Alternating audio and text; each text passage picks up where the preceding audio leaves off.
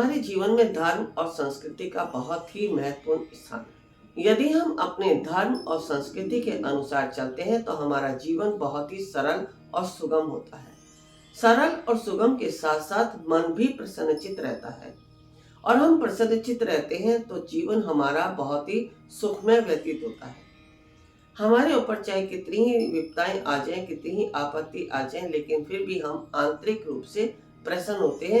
मानसिक शांति हमें प्राप्त होती है, और ऐसा जब ही मिलता है जब हम अपने धर्म के अनुसार कार्य करते हैं, अपनी संस्कृति के अनुसार अपने जीवन में आचरण करते हैं।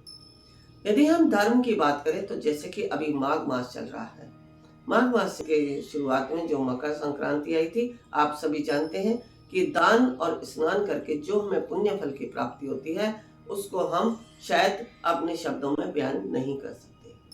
अभी इस समय जो माघ मास चल रहा है, इसका एक एक दिन जो है हमारे लिए पर्व के समान है। इस दिन किए गए धार्मिक कार्य जो है सीधे परमात्मा से हमें जोड़ते हैं, और उनके द्वारा हमें आशीर्वाद प्रदान होता है।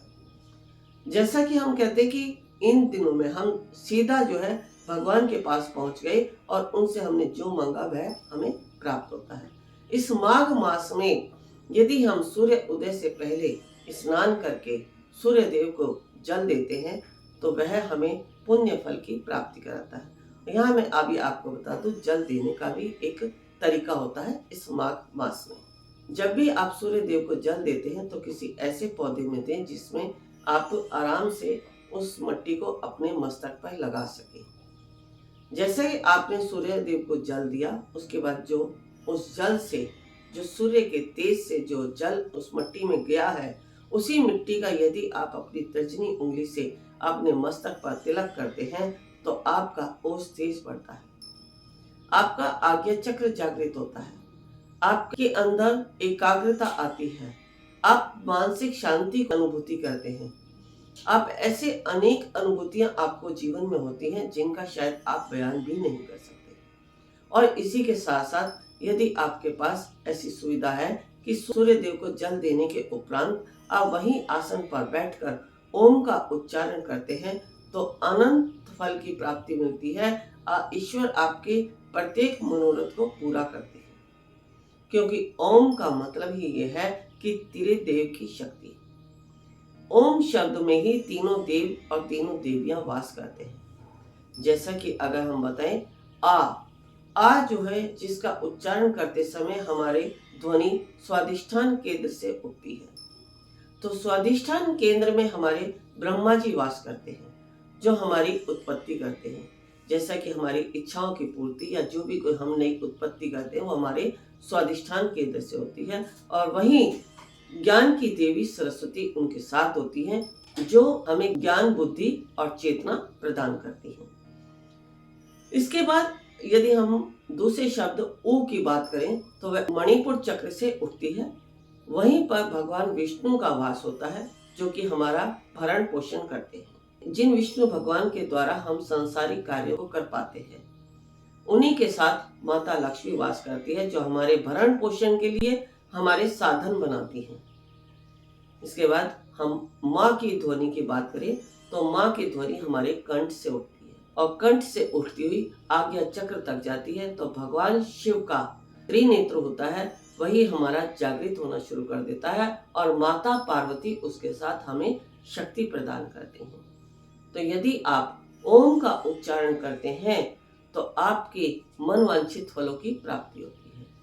यदि आप धर्म और संस्कृति के अनुसार चलते हैं तो आपको अत्यंत लाभ होता है। यह आप भी सब जानते हैं, क्योंकि जो लोग करते हैं उन्होंने शायद इसकी अनुभूति की है, और जिनको अनुभूति हो जाए तो वह अपने अच्छे कर्मों को करने से कभी भी पीछे नहीं हटते।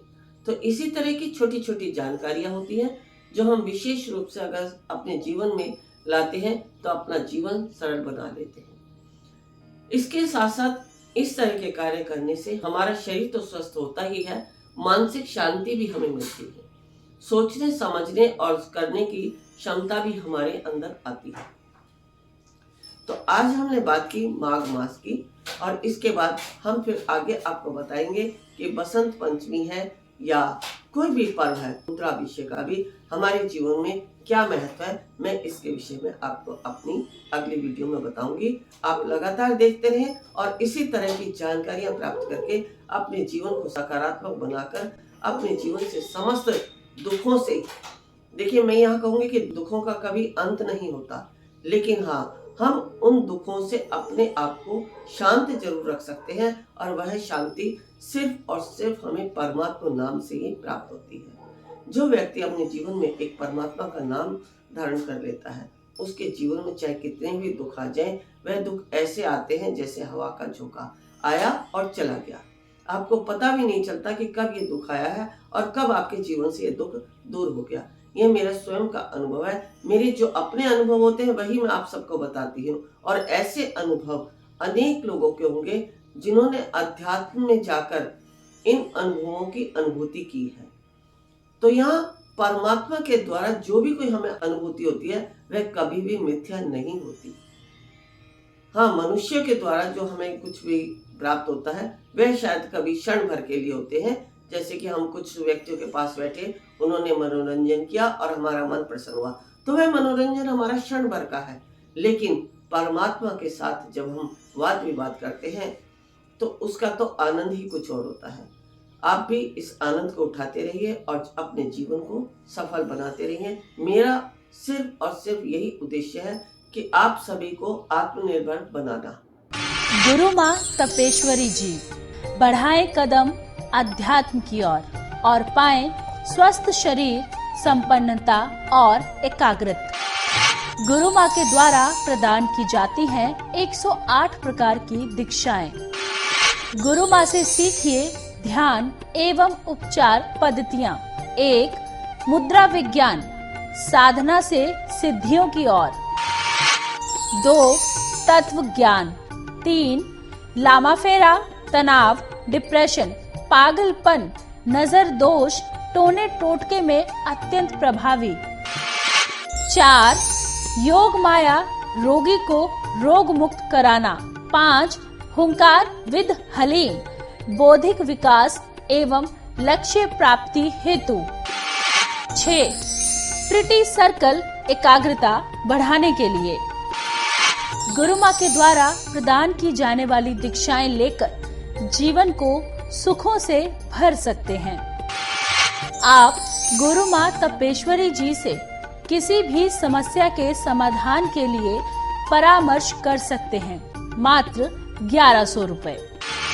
हमारा पता है Maa Tapeshwari ashram, Diksha Dham, infinity consciousness foundation trust, registered, village and post, Kundli district, Sonipat, Haryana, opposite Nawal hospital, near Delhi, Singhu border. Email ID incofoundation@gmail.com। Facebook Guru Maa Tapeshwari जी। हमारे आश्रम के नंबर हैं 9811738004।